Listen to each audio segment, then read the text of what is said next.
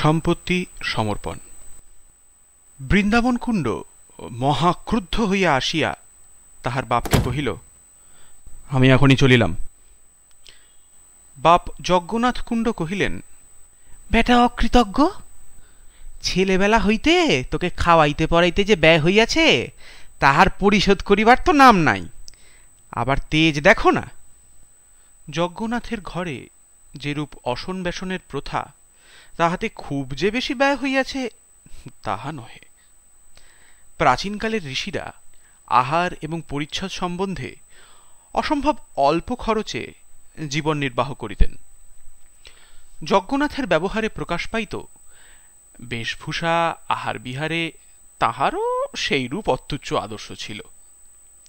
সম্পূর্ণ সিদ্ধি লাভ করিতে পারেন নাই, সে কতকটা আধুনিক সমাজের দোষে এবং কতকটা শরীর রক্ষা সম্বন্ধে প্রকৃতির কতগুলি অন্যায় নিয়মের অনুরোধে।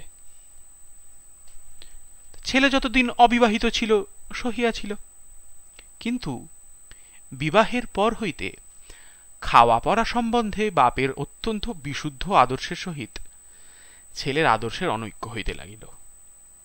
দেখা গেল ছেলের আদর্শ ক্রমশই আধ্যাত্মিকের চেয়ে বেশি আধিভৌতিকের দিকে যাইতেছে।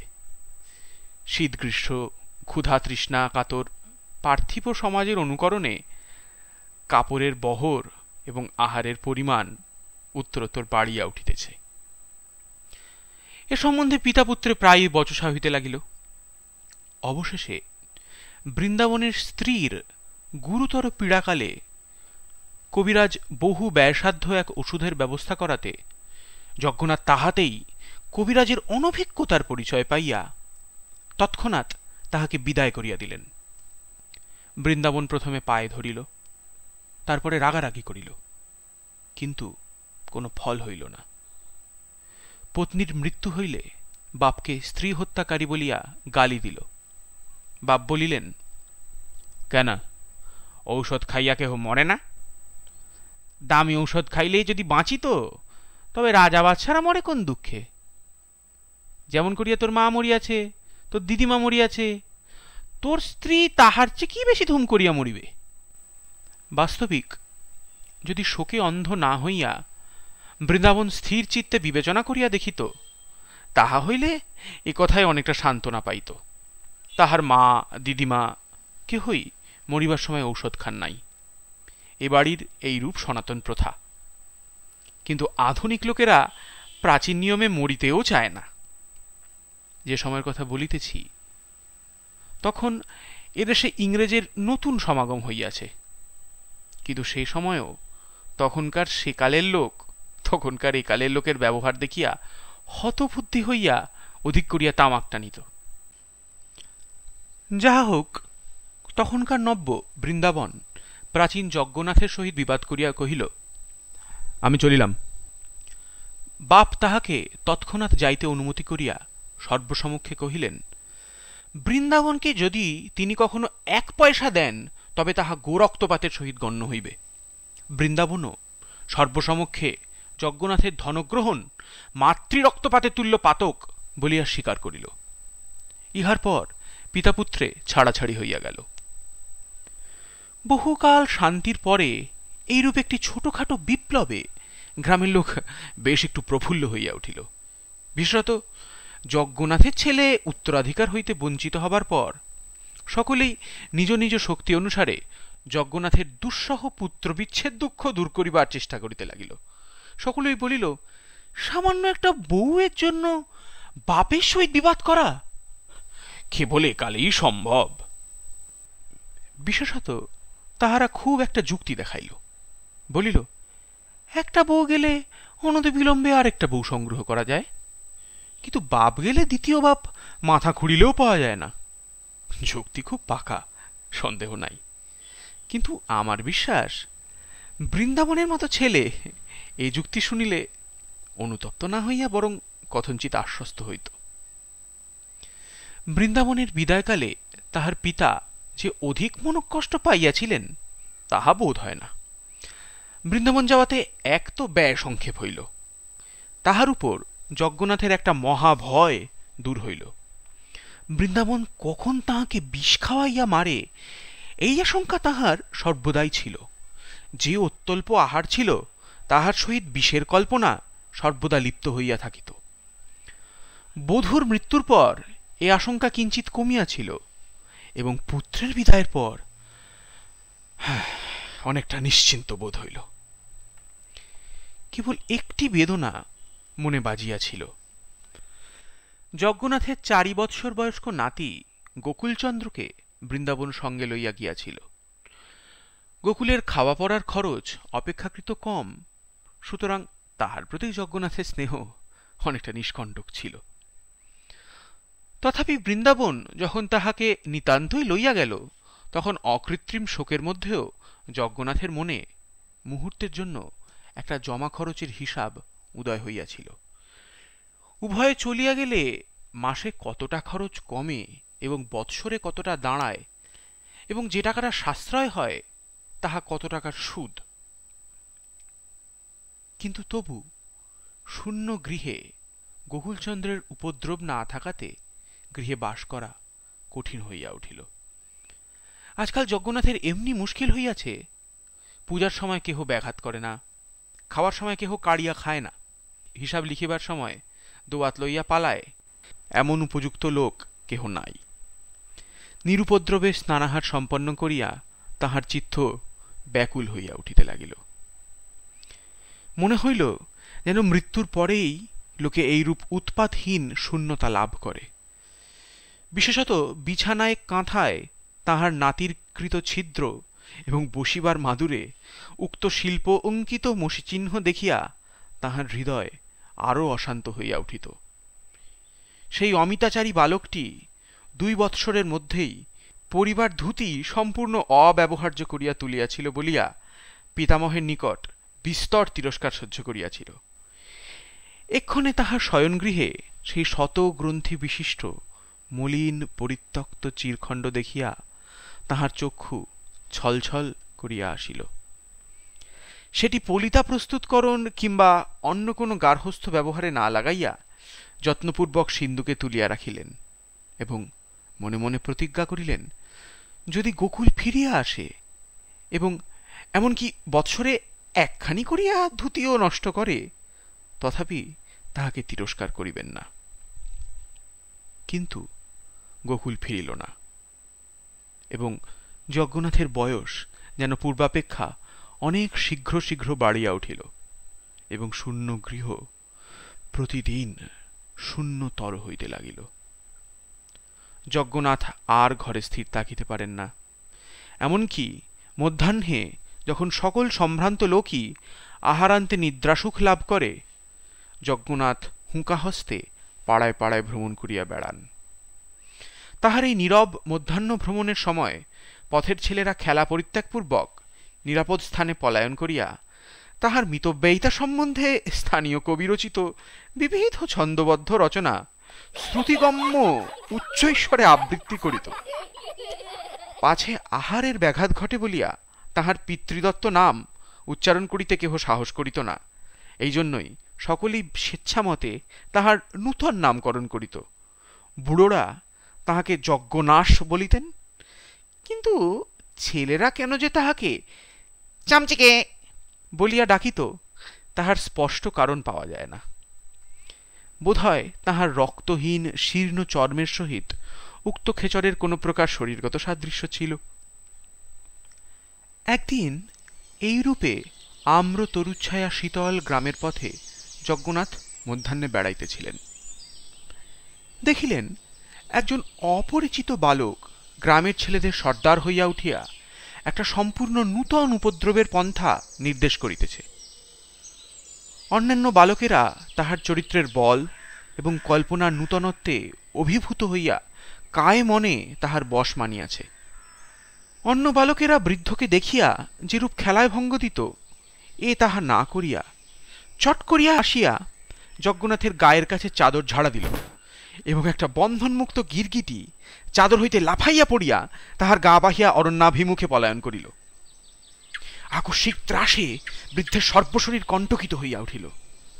ছেলেদের মধ্যে ভারী একটা আনন্দের কলরব পড়িয়া গেল। আর কিছুদূর যাইতে না যাইতে যজ্ঞনাথের স্কন্ধ হইতে হঠাৎ তাহার গামছা অদৃশ্য হইয়া অপরিচিত বালকটির মাথায় পাগড়ির আকার ধারণ করিল। এই অজ্ঞাত মানবকের নিকট হইতে এই প্রকার নূতন প্রণালীর শিষ্টাচার প্রাপ্ত হইয়া যজ্ঞনাথ ভারী সন্তুষ্ট হইলেন। কোন বালকের নিকট হইতে এরূপ অসংকোচ আত্মীয়তা তিনি বহুদিন পান নাই।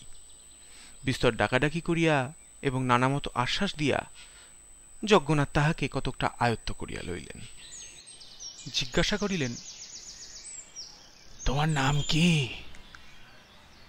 সে বলিল, নিতাই পাল। বাড়ি কোথায়? বলিব না। তা বাপের নাম কি? বলিব না। কেন বলিবে না? আমি বাড়ি ছাড়িয়া পলাইয়া আসিয়াছি। কেন? আমার বাপ আমাকে পাঠশালায় দিতে চায়। এইরূপ ছেলেকে পাঠশালায় দেওয়া যে একটা নিষ্ফল অপব্যয় এবং বাপের বিষয় বুদ্ধিহীনতার পরিচয়, তাহা তৎক্ষণাৎ যজ্ঞনাথের মনে উদয় হইল। যজ্ঞনাথ বলিলেন, আমার বাড়িতে আসিয়া থাকিবে। বালকটি কোনো আপত্তি না করিয়া এমনই নিঃসংকোচে সেখানে আশ্রয় গ্রহণ করিল যেন সে একটা পথপ্রান্তবর্তী তরুতল। কেবল তাহাই নয়, খাওয়া পড়া সম্বন্ধে এমনই অম্লান বদনে নিজের অভিপ্রায় মতো আদেশ প্রচার করিতে লাগিল যেন পূর্বাহ্নেই তাহার পুরা দাম চুকাইয়া দিয়াছে, এবং ইহা লইয়া মাঝে মাঝে গৃহস্বামীর সহিত রীতিমতো ঝগড়া করিত। নিজের ছেলেকে পরাস্ত করা সহজ, কিন্তু পরের ছেলের কাছে যজ্ঞনাথকে হার মানিতে হইল। যজ্ঞনাথের ঘরে নিতাই পালের এই অভাবনীয় সমাদর দেখিয়া গ্রামের লোক আশ্চর্য হইয়া গেল। বুঝিল বৃদ্ধ আর বেশি দিন বাঁচিবে না এবং কোথাকার এই বিদেশি ছেলেটাকেই সমস্ত বিষয় দিয়া যাইবে। বালকের উপর সকলেরই পরম ঈর্ষা উপস্থিত হইল এবং সকলেই তাহার অনিষ্ট করিবার জন্য কৃতসংকল্প হইল। কিন্তু বৃদ্ধ তাহাকে বুকের পাঁজরের মতো ঢাকিয়া বেড়াইত। ছেলেটা মাঝে মাঝে চলিয়া যাইবে বলিয়া শাসাইত। যজ্ঞনাথ তাহাকে প্রলোভন দেখাইতেন, ভাই, তোকে আমি আমার সমস্ত বিষয় আশয় দেয়া যাইব। বালকের বয়স অল্প, কিন্তু এই আশ্বাসের মর্যাদা সে সম্পূর্ণ বুঝিতে পারিত। তখন গ্রামের লোকেরা বালকের বাপের সন্ধানে প্রবৃত্ত হইল। তাহারা সকলেই বলিল, আহা, বাপমান মনে না জানি কতই কষ্ট হইতেছে, ছেলেটাও তো পাপিষ্ঠ কম নয় বলিয়া ছেলেটার উদ্দেশ্যে অকথ্য উচ্চারণে গালি প্রয়োগ করিত। তাহার এতই বেশি ঝাঁজ যে ন্যায়বুদ্ধির উত্তেজনা অপেক্ষা তাহাতে স্বার্থের গাত্রদাহ বেশি অনুভূত হইত। বৃদ্ধ একদিন এক পথিকের কাছে শুনিতে পাইল, দামোদর পাল বলিয়া এক ব্যক্তি তাহার নিরুদ্দিষ্ট পুত্রের সন্ধান করিয়া বেড়াইতেছে। অবশেষে এই গ্রামের অভিমুখেই আসিতেছে। নিতাই এই সংবাদ শুনিয়া অস্থির হইয়া উঠিল। ভাবি বিষয়ে আশয় সমস্ত পরিত্যাগ করিয়া পলায়নোদ্যত হইল। যজ্ঞনাথ নিতাইকে বারংবার আশ্বাস দিয়া কহিলেন, তোমাকে আমি এমন স্থানে লুকাইয়া রাখিব যে কেহই খুঁজিয়া পাইবে না, গ্রামের লোকেরাও না। বালকের ভারী কৌতূহল হইল, কহিল, কোথায় দেখাইয়া দাও না। যজ্ঞনাথ কহিলেন, এখন দেখাইতে গেলে প্রকাশ হইয়া পড়িবে, রাত্রে দেখাইব। নিতাই এই নূতন রহস্য আবিষ্কারের আশ্বাসে উৎফুল্ল হইয়া উঠিল। বাপ অকৃতকার্য হইয়া চলিয়া গেলেই বালকদের সঙ্গে বাজি রাখিয়া একটা লুকোচুরি খেলিতে হইবে, এইরূপ মনে মনে সংকল্প করিল। কেহ খুঁজিয়া পাইবে না, ভারী মজা। বাপ আসিয়া সমস্ত দেশ খুঁজিয়া কোথাও তাহার সন্ধান পাইবে না, সেও খুব কৌতুক। মধ্যাহ্নে যজ্ঞনাথ বালককে গৃহে রুদ্ধ করিয়া কোথায় বাহির হইয়া গেলেন। ফিরিয়া আসিলে নিতাই তাহাকে প্রশ্ন করিয়া করিয়া অস্থির করিয়া তুলিল। সন্ধ্যা হইতে না হইতেই বলিল, চলো। যজ্ঞনাথ বলিলেন, এখনো রাত্রি হয় নাই। নিতাই আবার কহিল, রাত্রি হইয়াছে দাদা, চলো। যজ্ঞনাথ কহিলেন, এখনো পাড়ার লোক ঘুমায় নাই, নিতাই মুহূর্ত অপেক্ষা করিয়াই কহিল, এখন ঘুমাইয়াছে, চলো। রাত্রি বাড়িতে লাগিল। নিদ্রাতুর নিতাই বহু কষ্টে নিদ্রা সম্বরণের প্রাণপণ চেষ্টা করিয়াও বসিয়া বসিয়া ঢুলিতে আরম্ভ করিল। রাত্রি 2 প্রহর হইলে যজ্ঞনাথ নিতাইয়ের হাত ধরিয়া নিদ্রিত গ্রামের অন্ধকার পথে বাহির হইলেন। আর কোনো শব্দ নাই, কেবল থাকিয়া থাকিয়া কুকুর ঘেউ ঘেউ করিয়া ডাকিয়া উঠিল, এবং সেই শব্দে নিকটে এবং দূরে যতগুলো কুকুর ছিল সকলে তারস্বরে যোগ দিল। মাঝে মাঝে নিশাচর পক্ষী পদশব্দে ত্রস্ত হইয়া ঝটপট করিয়া বনের মধ্য দিয়া উড়িয়া গেল। নিতাই ভয়ে যজ্ঞনাথের হাত দৃঢ় করিয়া ধরিল। অনেক মাঠ ভাঙিয়া অবশেষে এক জঙ্গলের মধ্যে এক দেবতাহীন ভাঙা মন্দিরে উভয় গিয়া উপস্থিত হইল। নিতাই কিঞ্চিৎ ক্ষুণ্ণ স্বরে কহিল, এইখানে? যেরূপ মনে করিয়াছিল সেরূপ কিছুই নয়, ইহার মধ্যে তেমন রহস্য নাই। পিতৃগৃহত্যাগের পর এমন পোড়ো মন্দিরে তাহাকে মাঝে মাঝে রাত্রি যাপন করিতে হইয়াছে। স্থানটা যদিও লুকোচুরি খেলার পক্ষে মন্দ নয়, কিন্তু তবু এখান হইতে সন্ধান করিয়া বাহির করা নিতান্ত অসম্ভব নহে। যজ্ঞনাথ মন্দিরের মধ্য হইতে একখণ্ড পাথর উঠাইয়া ফেলিলেন। বালক দেখিল নিম্নে একটা ঘরের মতো, এবং সেখানে প্রদীপ জ্বলিতেছে। দেখিয়া অত্যন্ত বিস্ময় এবং কৌতূহল হইল, সেই সঙ্গে ভয়ও করিতে লাগিল। একটি মই বাহিয়া যজ্ঞনাথ নামিয়া গেলেন। তাহার পশ্চাতে নিতাইও ভয়ে ভয়ে নামিল।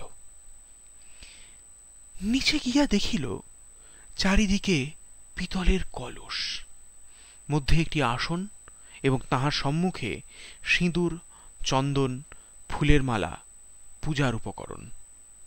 বালক কৌতূহল নিবৃত্তি করিতে গিয়া দেখিল ঘড়ায় কেবল টাকা এবং মোহর। যজ্ঞনাথ কহিলেন, নিতাই, আমি বলিয়াছিলাম আমার সমস্ত টাকা তোমাকে দিব, আমার অধিক কিছু নাই, সবে এই কটি মাত্র ঘড়া আমার সম্বল।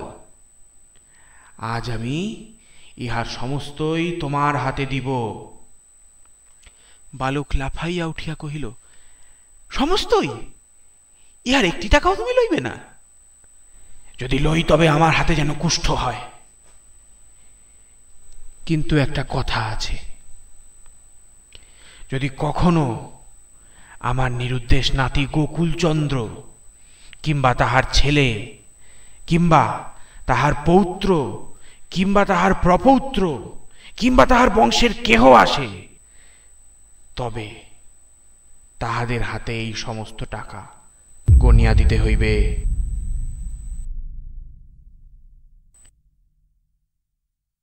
বালক মনে করিল যজ্ঞনাথ পাগল হইয়াছে, তৎক্ষণাৎ স্বীকার করিল, আচ্ছা।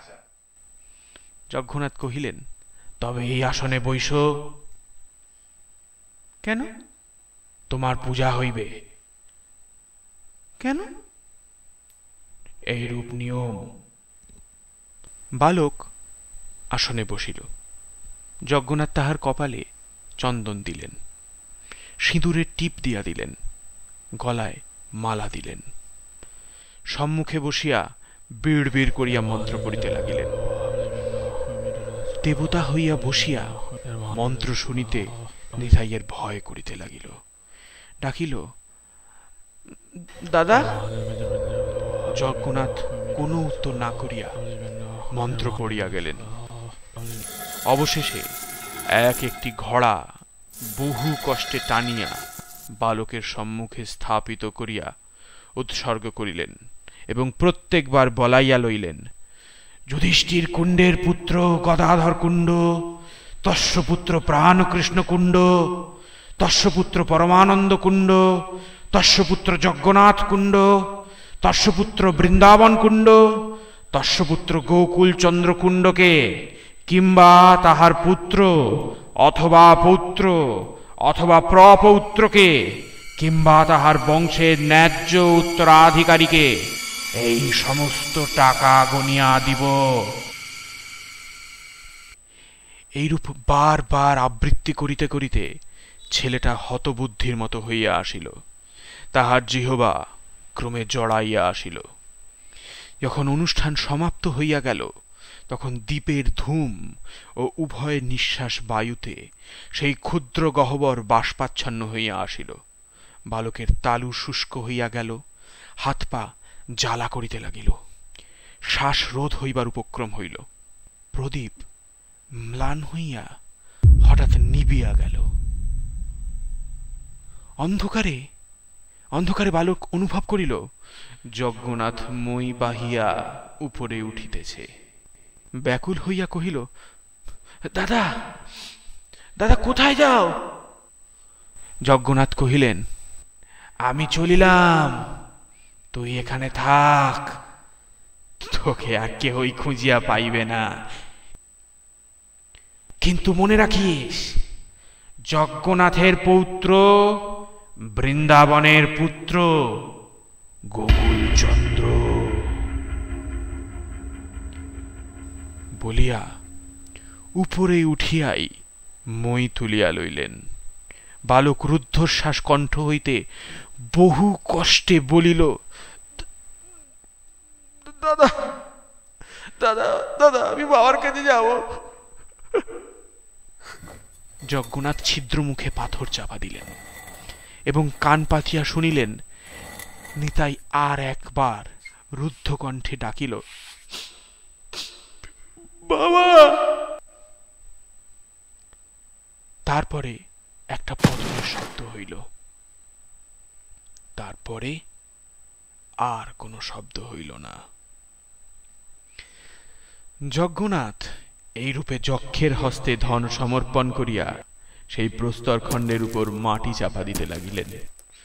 তাহার উপরে ভাঙা মন্দিরের ইট বালি স্তূপাকার করিলেন, তাহার উপর ঘাসের চাপড়া বসাইলেন, বনের গুল্ম রোপণ করিলেন। রাত্রি প্রায় শেষ হইয়া আসিল, কিন্তু কিছুতেই সে স্থান হইতে নড়িতে পারিলেন না। থাকিয়া থাকিয়া কেবলই মাটিতে কান পাতিয়া শুনিতে লাগিলেন।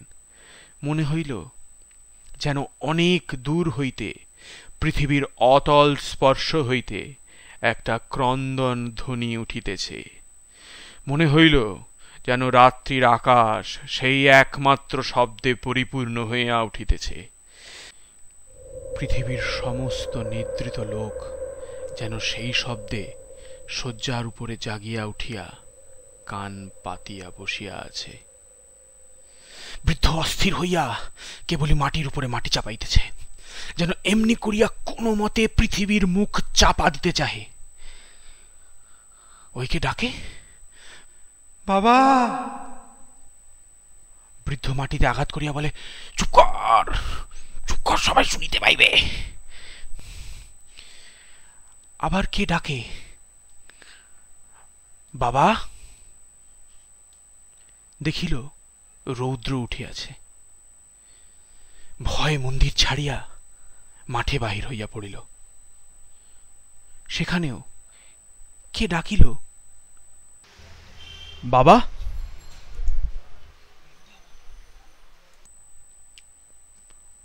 যজ্ঞনাথ সচকিত হইয়া পিছন ফিরিয়া দেখিলেন বৃন্দাবন। বৃন্দাবন কহিল, বাবা, সন্ধান পাইলাম আমার ছেলে তোমার ঘরে লুকাইয়া আছে, তাহাকে দাও। বৃদ্ধ চোখ মুখ বিকৃত করিয়া বৃন্দাবনের উপর ঝুঁকিয়া পড়িয়া বলিল, তোর ছেলে?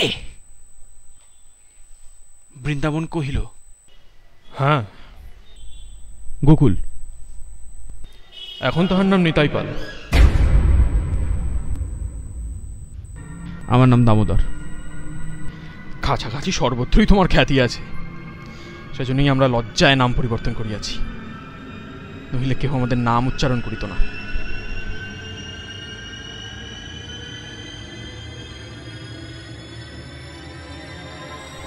বৃদ্ধ 10 অঙ্গুলি দ্বারা আকাশ হাতড়াইতে হাতড়াইতে যেন বাতাস আঁকড়িয়া ধরিবার চেষ্টা করিয়া ভূতলে পড়িয়া গেল।